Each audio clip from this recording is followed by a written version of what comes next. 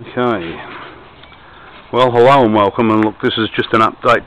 I know I haven't posted in a long time, but we're sort of probably about 12 months down the track, and just to refresh your memory, my wife and I shifted in to this place 1st of July last year, and we've not bought a vegetable since September of last year, or herb for that matter. And what I'm going to do is I'm just going to simply wander through what is the front yard and just talk a little bit about the ideology behind what we decided to do. You know, the criteria for any plant to go into our garden was that if we couldn't eat it, we wouldn't grow it. And as you can see, there are some plants here that you can't eat, obviously, but they do serve a definite purpose, and by that I mean that they attract bees, amongst other things like cabbage white butterfly and so forth, but they do attract the pollinators. And of course, if we can get pollinators at our fruit trees and vegetables often, it enhances and increases our yields and harvests, so that's important to know. I probably should start and point out some of the things that are in the garden. As you can see, there's centre of screen a beautiful flowering thyme at the moment, and also some chives that are in flower. Along the concrete pathway, hopefully that sun's not too bad, but you can see a rosemary hedge, and in fact I'll wander back around and just perhaps point out some other bits and pieces. There's some sage that has just nearly finished flowering. I'll cut back some of the spent flowers today to allow the new growth to start. Look, as with all gardens, this is certainly works in progress, and I don't know of a garden that is not, unless they're ornamental, of course. You can see that border of rosemary. This is called an Anzac rosemary, and it's just a fantastic, beautiful flavour. Dries really, really well. The opposite side here we have lavender, which I've clipped, and we actually make some lavender ice cream with that. So there you go. Just when you think things are ornamental, they actually have a dual purpose, and we've actually put in some more, as you can see. See, look at the chives. They look remarkable in amongst what would appear to be a bit of a cottage garden, and the flowers and colours are just remarkable. They really are. Look, there's some tarragon. And in amongst these we have some staked trees, 2 olives and 3 dwarf apples. Now, it's amazing what you can fit in a very small space. We even have some things like lemon balm, centre of screen, and beside it some lemon verbena. Now, those 2 steeped in some water make an absolutely fantastic lemon cordial, beautifully refreshing on a hot day. You can see that we've got some brassicas, some broccoli and some cauliflower in amongst, and we have Jerusalem artichokes which will grow perfectly along that fence there. So and they have sort of like a sunflower type flower on them, very decorative, but of course the tubers are just second to none. Real nutty flavoured tasting potato like tuber that's just delightful, seriously.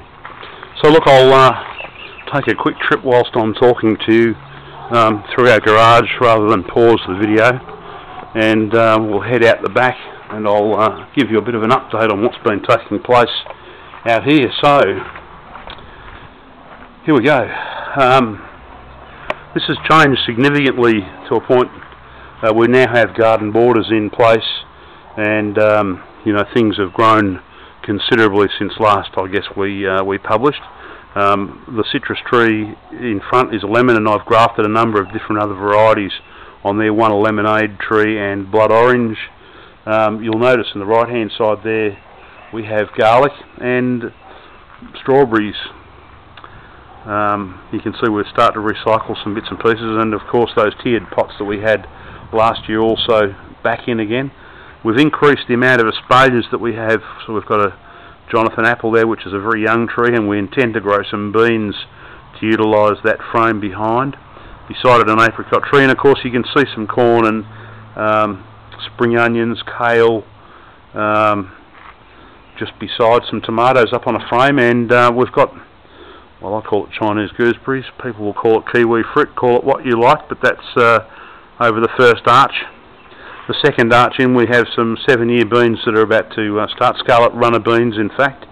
And you'll notice that we do have some lobelia. Again, those floral plants are ever so important to have in amongst your vegetables, because if you're not attracting pollinators, you won't increase your yields. So there's a sweet pea here, but what I've done around the base of each of those stakes on that teepee we've built is I've put some climbing beans. So again, we've got some dwarf bees underneath of the apricot tree, and of course those espaliers are fantastic to be able to utilise the fence space. There's not very much you can grow on a fence, so we figured that it would be a great spot to be able to espalier the fruit trees that we enjoy.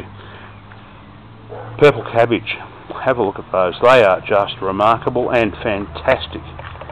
Beautiful colours, you know. Vegetable gardens don't necessarily need to look like vegetable gardens, as you'll see as I sort of move back from time to time throughout our garden, and so you can get some sort of idea of just what is taking place here.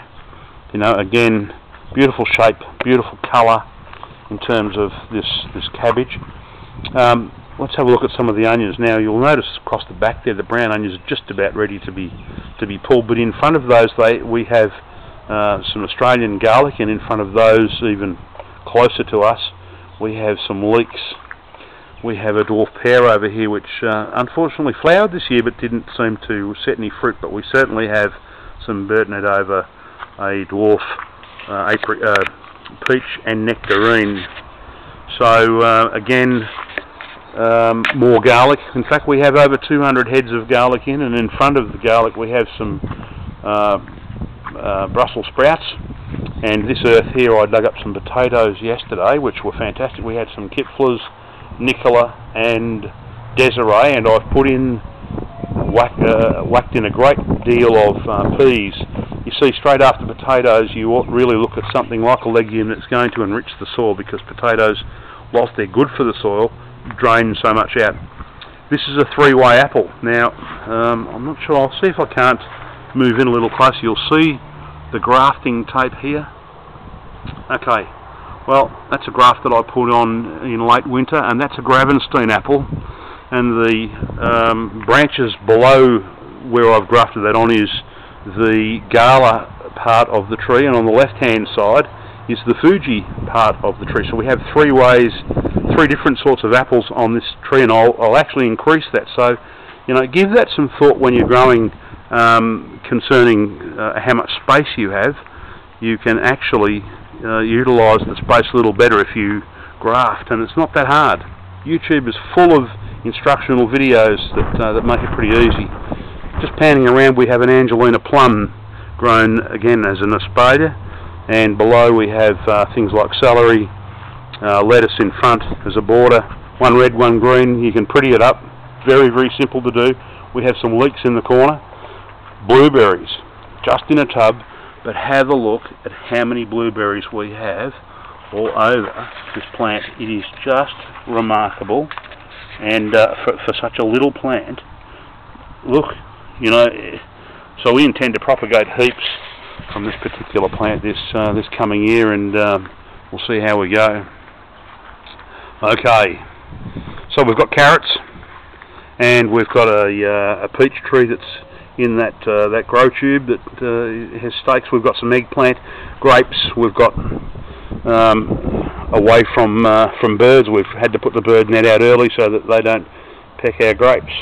And we've also harvested, as you can see, some torpedo red onions, and that's a garlic that I decided that I'd pull out because I was not sure just how well it was going. Well, I don't need to ask that question any longer, because that is a significant bulb which had plenty to go yet.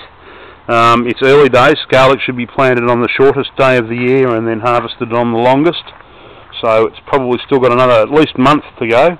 On the other side of the grape you can see we've got blackberries planted. So utilising space always is an important factor for us.